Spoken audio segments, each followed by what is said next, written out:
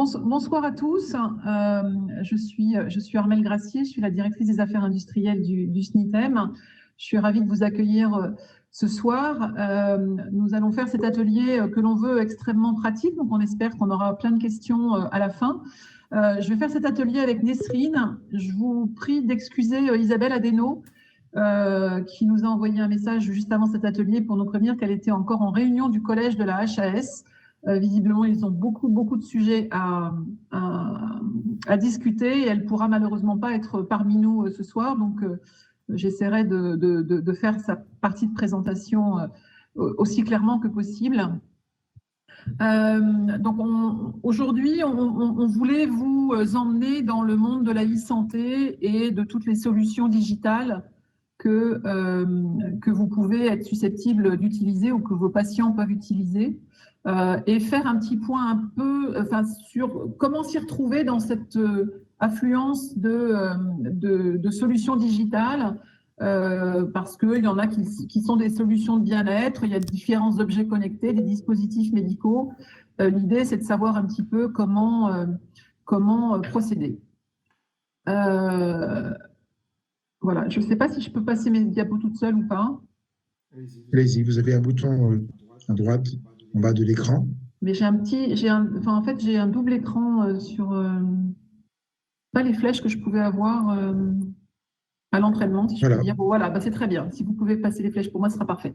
Vous me dites. Voilà, donc le numérique en santé, c'est une grande hétérogénéité de technologies.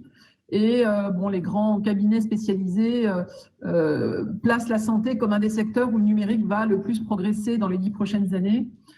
Et c'est vrai que vous le voyez sur cette espèce de schéma, les solutions digitales vont du bien-être au maintien à domicile, en passant par le suivi des patients chroniques et donc de la télésurveillance, mais aussi toute la partie thérapie digitale, la prévention. Donc c'est vrai que le numérique est présent sur tout le parcours de soins du patient.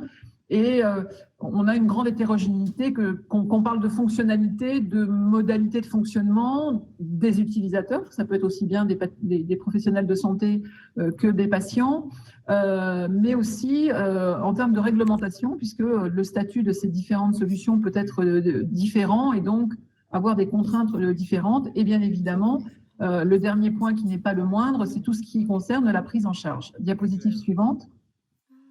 Donc, en fait, si vous développez une solution digitale, il y a deux questions essentielles à se poser au départ. C'est est-ce que votre solution est un dispositif médical et quelle est la nature de l'opérateur économique que vous êtes? Est-ce que vous êtes le fabricant? Est-ce que vous êtes le distributeur? Est-ce que vous êtes le sous-traitant? Parce que dans le cadre du règlement européen, je m'entends en écho là. Bien évidemment, il y a des obligations qui s'adressent à chacun des différents opérateurs économiques.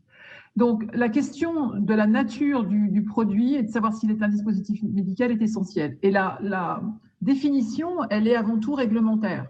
Un dispositif médical, c'est tout produit, qu'il soit matériel ou immatériel, et ça concerne donc toutes les solutions digitales et les logiciels, qui est utilisé chez l'homme pour un bénéfice individuel à des fins médicales, qu'elles soient de prévention, diagnostic, thérapeutique ou de prise en charge du handicap. Donc la définition est assez large, mais sa définition réglementaire est vraiment très importante. Et c'est de cette définition que va dépendre le cadre réglementaire. Ce qui compte pour qualifier le produit, c'est sa nature. C'est donc la finalité de son utilisation et la revendication du fabricant. Ça veut dire ce que le fabricant va dire de son produit, de ce qu'il fait. Et il faut faire extrêmement attention parce que c'est ça qui va aussi définir la nature du produit. Et bien évidemment, l'utilisation qui est faite du dispositif médical hors marquage CE et hors de ses indications marquage CE, l'endroit où il est utilisé et le risque qui est associé à l'utilisation, tout ça, ça ne compte pas pour qualifier un produit. C'est juste ces trois points-là. Et bien évidemment, dans le dans le contexte réglementaire, eh bien, la preuve de ce dispositif médical sera apportée par la documentation technique du produit que vous allez développer, tout ce que vous allez écrire sur la notice ou l'étiquetage de votre produit, et bien sûr toute la publicité ou la présentation commerciale que vous allez pouvoir en faire. Donc, il faut faire extrêmement attention. Diapositive suivante. Donc, comme je vous l'ai dit, la qualification du dispositif médical, c'est un statut réglementaire. Pour autant, tout ce qu'on utilise dans un contexte médical n'est pas forcément un dispositif médical. Et un grand nombre de solutions n'ont pas vocation à devenir des dispositifs médicaux. Ça ne veut pas dire qu'ils sont mieux, qu'ils ont une plus grande efficacité. Ils ont chacun un objectif et ça n'enlève rien à la qualité d'une solution si elle n'est pas dispositif médical. Mais son encadrement réglementaire va être différent. Non, restez sur la diapositive d'avant, s'il vous plaît. Merci. Et dernier point, mettre sur une étiquette, sur un packaging, que ce produit n'est pas un dispositif médical ou à titre d'information seulement, n'a aucune valeur juridique si à côté de ça, vous revendiquez dans l'action du produit une action médicale. Il faut faire extrêmement attention à ce que votre discours promotionnel soit en adéquation avec les indications qu'il y a dans le marquage. Diapositive suivante. Alors, quelques exemples pour que vous voyez bien la différence entre ce qui est un dispositif médical et ce qu'il ne l'est pas. Une appli mobile qui, sur la base des données que vous allez rentrer dans l'application de taux de glycémie, qui va décider, parce qu'il y a un moulinage, un algorithme qui fait que les données d'entrée vont être retravaillées et qui va vous donner un résultat de sortie qui est la titration de la dose d'insuline que vous devez vous délivrer si vous êtes patient diabétique, fait de vous, bien évidemment, un dispositif médical. En revanche, une application où vous allez simplement pouvoir suivre votre taux de glycémie et votre médecin va pouvoir voir comment varie votre glycémie dans la journée, là, c'est juste une transmission d'informations. Cette application ne sera pas un dispositif médical. Diapositive suivante. Un autre exemple autour de l'imagerie. Si vous avez un logiciel qui analyse un cliché de mammographie et qui permet de détecter une tumeur et qui indique au radiologue l'endroit qui semble pathologique, il y a une finalité d'aide au diagnostic du radiologue, c'est un dispositif médical. En revanche, un logiciel qui va se contenter, entre guillemets, de transférer ou de stocker les images de la mammographie sous format numérique, là, il n'y a pas de finalité médicale dans ce transfert d'images et cette solution, ce logiciel ne sera pas un dispositif médical, il a juste une finalité de gestion documentaire et d'archivage. Diapositive suivante. En ce qui concerne l'intelligence artificielle, d'autres exemples. Tout ce qui est application d'intelligence artificielle qui vise à analyser une image pour aider à établir un diagnostic. Et on a pas mal d'applications en intelligence artificielle qui sont développées autour de l'aide au diagnostic du cancer du sein, d'une rétinopathie diabétique, d'un mélanome. Tout ce qui est chatbot, enfin bot conversationnel, voilà, qui aide à établir, au vu de ce que remplit le patient, qui aide à établir un diagnostic. Tous les logiciels d'aide à la décision médicale qui permet au médecin de décider d'une prise en charge thérapeutique d'un patient ou un logiciel qui peut prédire la disposition pour une prédisposition pour un patient à une pathologie particulière. Toutes ces applications d'intelligence artificielle sont des dispositifs médicaux. En revanche, les applications d'intelligence artificielle qui permettent de faire des prédictions d'épidémies à l'échelle d'une population ou une autre application qui, grâce à son intelligence artificielle, va aider un hôpital à gérer ses lits, à gérer son flux de patients, ou encore une autre application complètement différente qui va aider les professionnels de santé à réaliser des essais cliniques in silico. Toutes ces applications n'ont pas une finalité médicale à usage individuel et ne sont donc pas des dispositifs médicaux. Le parcours réglementaire sera bien évidemment complètement différent. Enfin, diapositive suivante, il y a des solutions, des dispositifs médicaux qui sont en fait l'association de plusieurs modules dont certains sont des dispositifs médicaux. Par exemple, dans les systèmes d'information hospitaliers, a priori, on pourrait dire que ces systèmes d'information hospitaliers ne sont pas des dispositifs médicaux puisque finalement, ils aident ils ont des finalités de gestion administrative. Ce sont des dossiers patients dans lesquels on rentre simplement des dossiers. Pour autant, ces systèmes d'information hospitaliers peuvent intégrer des outils d'aide à la décision. Et dans ce cas-là, cette partie du système d'information hospitalier est un dispositif médical. En télémédecine, vous avez des solutions qui permettent simplement de communiquer. C'est toutes les solutions de téléconsultation, par exemple. Ces solutions ne sont pas des dispositifs médicaux. En revanche, celles qui permettent de piloter à distance des dispositifs médicaux qui envoient des alertes et qui ont des algorithmes qui transforment les données et qui envoient des alertes sont des dispositifs médicaux. Donc, vous voyez que c'est quand même relativement complexe. Diapositive suivante. Ce qu'il faut retenir, c'est que toutes les exigences du nouveau règlement européen s'appliquent aux logiciels qui sont des dispositifs médicaux. Ça veut dire quoi? En particulier, tout ce qui est évaluation clinique pour démontrer l'efficacité et le bénéfice de la solution, tout ce qui est gestion des risques, tout ce qui est performance clinique et tout le suivi après commercialisation, qui sont des points très importants du règlement, s'appliquent aux logiciels dès l'instant que ce sont des dispositifs médicaux. Tous ces logiciels doivent donc démontrer un rapport bénéfice-risque favorable et surtout le maintenir dans le temps, c'est-à-dire quel que soit le moment après la commercialisation où on viendra vérifier ce que fait le logiciel, il faudra être en mesure de démontrer qu'il apporte toujours le même bénéfice. Bien évidemment, en ce qui concerne les logiciels, il y a des exigences spécifiques qui s'appliquent, que ce soit en termes d'ergonomie ou de cybersécurité, plus tout un tas de référentiels plus spécifiques. Je ne rentrerai pas dans le détail parce que là, on devient extrêmement technique et je vous ai mis en tout petit sur la slide toutes les différents guides et les différents référentiels auxquels doivent se conformer certains logiciels, bien évidemment. Mais en tous les cas, ce qui est important, c'est que le règlement européen qui donc donne à la fin le marquage CE définit des objectifs de résultats qui sont importants à prendre en compte. Donc voilà tout le contexte réglementaire. Donc vous comprenez bien que si la solution que vous développez est un dispositif médical, le contexte réglementaire est extrêmement contraignant. Alors on parle de solutions digitales et bien évidemment qui dit numérique dit données de santé. Et il y a tout un tas de contraintes réglementaires autour aussi des données de santé. Et je vais donner la parole à Nesrine, qui est la spécialiste de la donnée et qui va vous brosser le contexte réglementaire autour des données de santé. Nesrine? Merci beaucoup, Armelle. Vous m'entendez bien? Parfaitement bien. Super.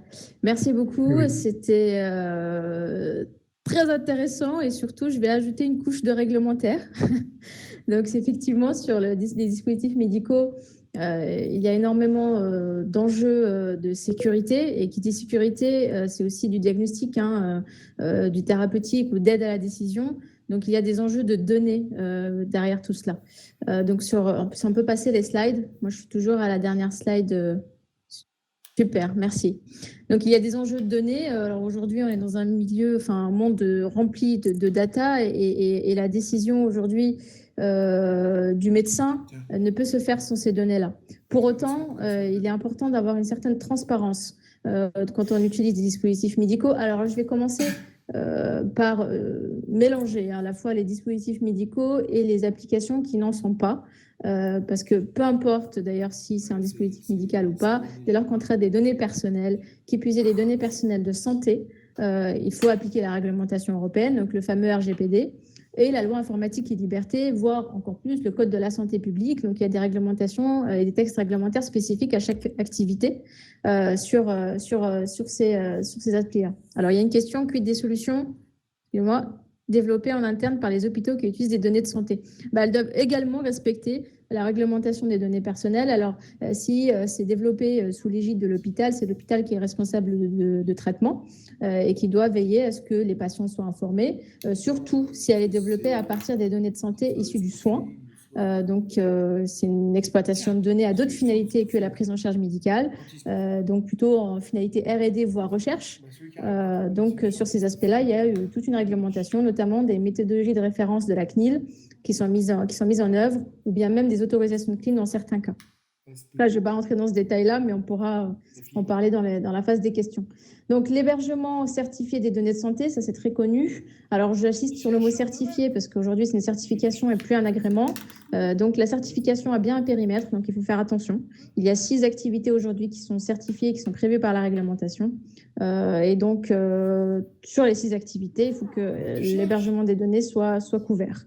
Donc, la 5e activité, qui est l'activité d'infogérance, qu'on appelle administration et exploitation des systèmes d'information de santé, celle-ci pose un peu problème ces derniers temps parce qu'il y a 2 ans, elle était vouée à disparaître, mais elle existe encore.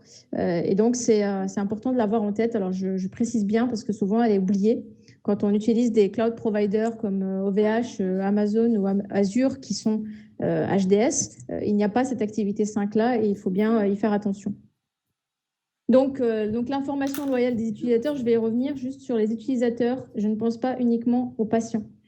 Si l'application ou le dispositif médical, en tout cas le logiciel, implique des professionnels de santé ou des aidants ou des proches, peu importe, tous les utilisateurs sont concernés par cette transparence et l'information doit être loyale et licite et donc pas noyée dans du texte de 50 pages, police 9.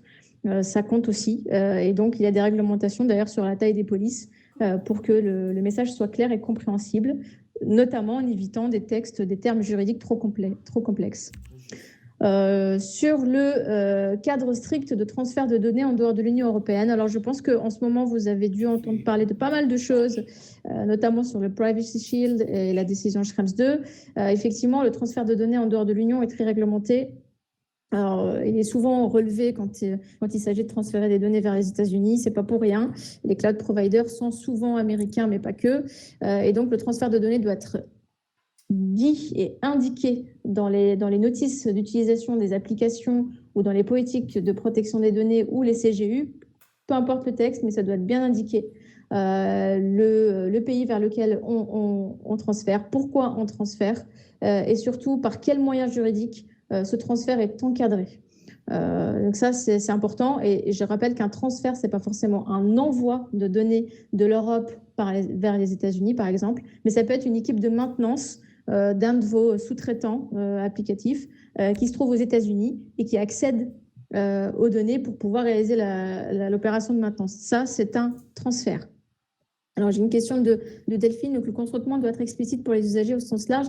Effectivement. Alors, le consentement, c'est un sujet très vaste dans le traitement de données parce que quand je consens à l'usage d'une application, c'est vrai que la première chose qu'on a, c'est d'accepter des CGU. Voilà, on a une case à cocher. C'est un contrat qu'on accepte d'une certaine façon. Et le contrat est une base légale au traitement de données. Aujourd'hui, juridiquement, ça l'est. Pour autant, ce n'est pas clair. Moi, aujourd'hui, quand je vais surtout traiter des données de santé via une application tierce, ce qui est quand même le plus intime, les données de santé sont plus de valeur que les données bancaires parce qu'elles touchent à notre intimité, à nos libertés fondamentales. Et donc, de cet aspect-là, le consentement doit être beaucoup plus explicite, mais c'est surtout l'information, je dirais, Delphine, qui doit être claire et qui ne l'est pas du tout. Donc, avoir des pages et des pages de CGU, ce n'est pas clair. Tout le monde ne sait pas que tel cloud provider, donc OVH, fait de l'hébergement de données de santé ou pas.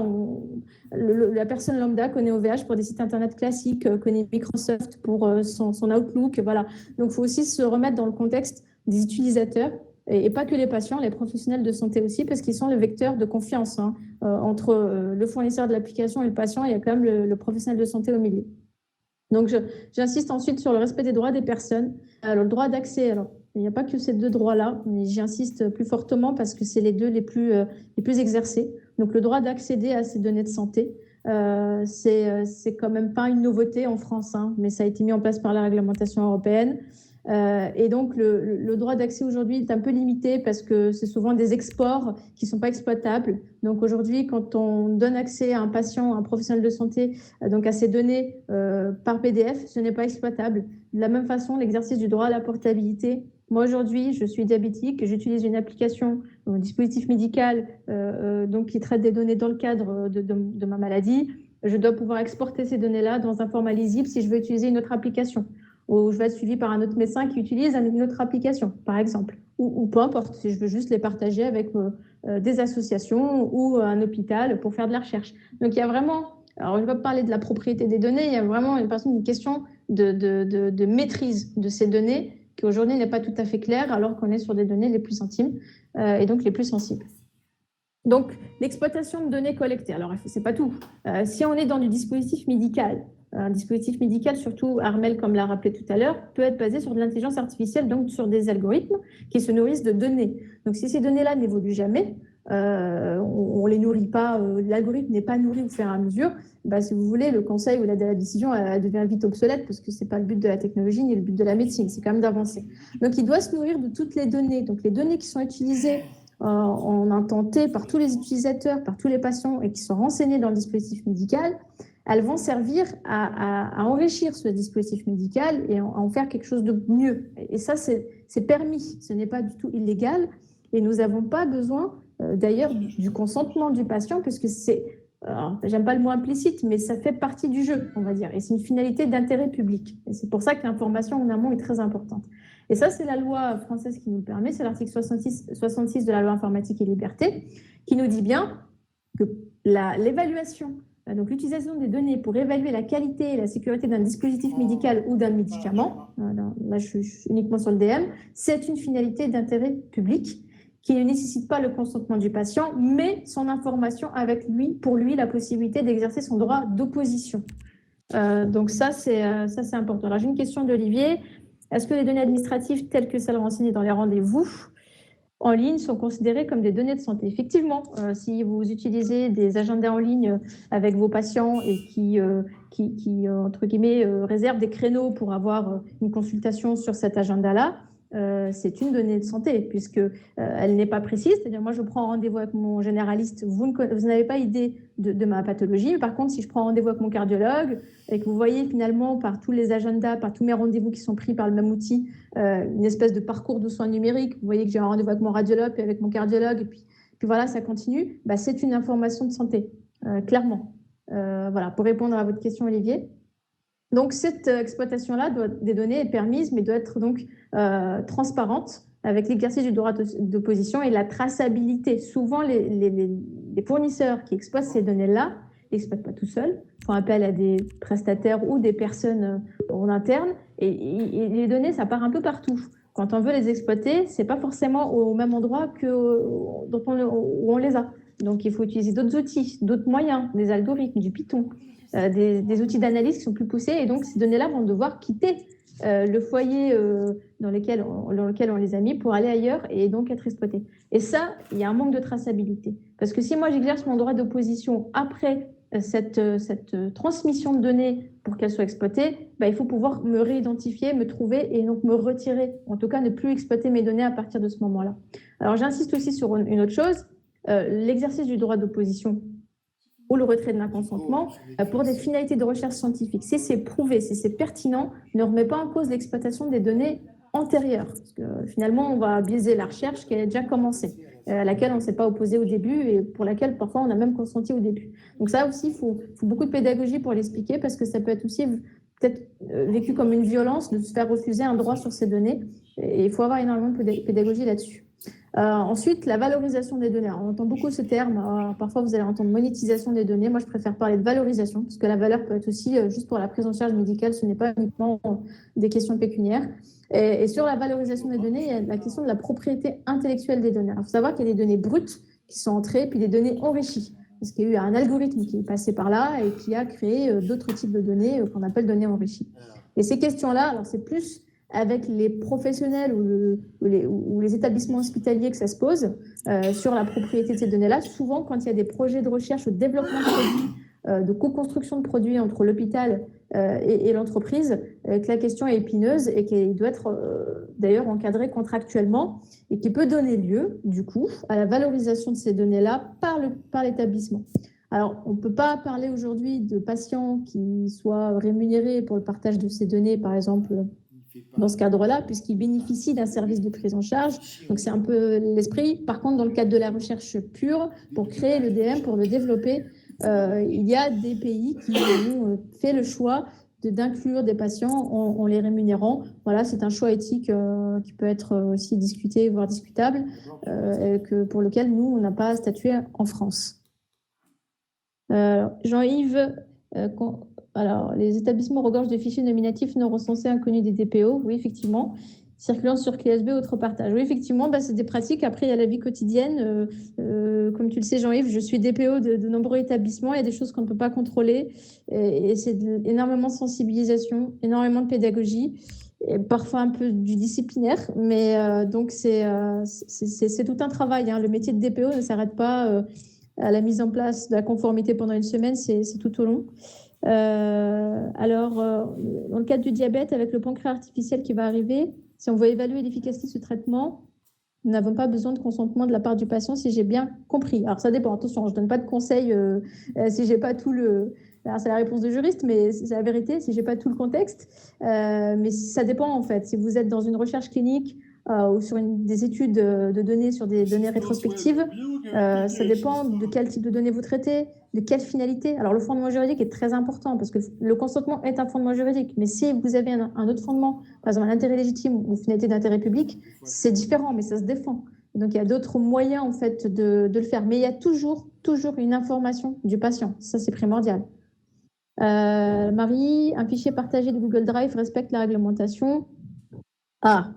Alors, ça dépend parce que les certifications, c'est un périmètre sur les 6 activités et un périmètre aussi sur les services qui sont certifiés. Et en plus de ça, la localisation des services. Donc, vous pouvez utiliser un service qui se trouve en Chine et qui ne fait pas partie de la certification. Un exemple complètement fictif. Donc, si vous partagez par Google Drive, il faut faire attention si Google Drive fait partie des services qui soient certifiés. Après, les transmissions par Google Drive, souvent ça se fait aussi par des canaux d'adresse mail Gmail. A priori, donc je n'ai pas regardé moi tout le cas de Google, je ne pense pas que ça soit concerné. Au-delà de la certification, pour vous donner mon avis, c'est pas en off là parce que je suis en congrès virtuel avec vous tous, mais il n'y a pas que la certification, il y a la connexion aussi, l'authentification, toute la sécurité qui est autour. Et puis voilà, des questions aussi de souveraineté, peut-être de souveraineté numérique. Est-ce qu'il ne vaut pas mieux trouver d'autres outils qui respectent tout autant la loi et plus éthiques peut-être parce que l'exploitation des données sur Google Drive, je ne sais pas trop, moi en tout cas je ne veux pas créer de polémique, mais je ne sais pas trop ce que ces données deviennent ensuite quand elles passent sur Google Drive. Donc vous n'avez pas forcément la transparence et la traçabilité. Pour la boucle fermée, le patient doit utiliser son compte pour télécharger ces données, donc donne son consentement au recueil de ces données. OK. Bon, c'est la remarque de Florence Poma. Voilà, j'ai terminé. Merci Nesrine. De rien. Je vais rapidement terminer sur la partie que devait traiter Isabelle Adeno. On a parlé du marquage CE.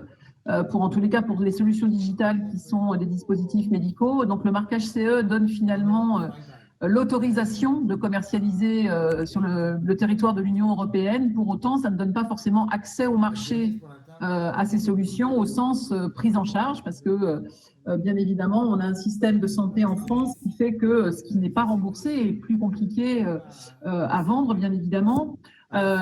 Donc, dans le périmètre Isabelle souhaitait définir un peu le périmètre d'évaluation de la Haute Autorité de Santé.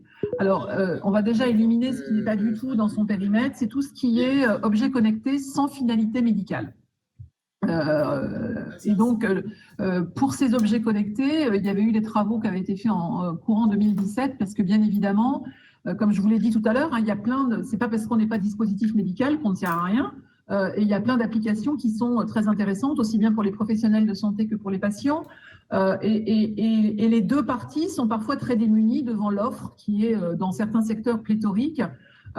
Et donc, le ministère, il y a 3 ans, s'en était emparé en se disant il faut qu'on trouve un moyen, sinon d'évaluer ces solutions-là, en tous les cas de garantir pour leurs utilisateurs une certaine forme de sécurité et finalement un peu d'évaluation. Donc en fait, la Haute Autorité de Santé avait travaillé en 2017 et avait édité un guide de bonnes pratiques qui concernait les applications et les objets connectés en santé, qui faisait, on va dire, 101 préconisations en balayant tous les chapitres de développement d'un produit sur tous les aspects de données de santé, cybersécurité, etc., qui permettait à un développeur de solutions d'être sûr qu'il cochait toutes les cases et qu'il pouvait assurer une certaine sécurité aux utilisateurs patients et aux professionnels de santé qui étaient susceptibles de les recommander. Mais ces objets-là ne rentrent pas dans le périmètre d'évaluation de la Haute Autorité de Santé. La Haute Autorité de Santé évalue les dispositifs médicaux qui sont marqués CE.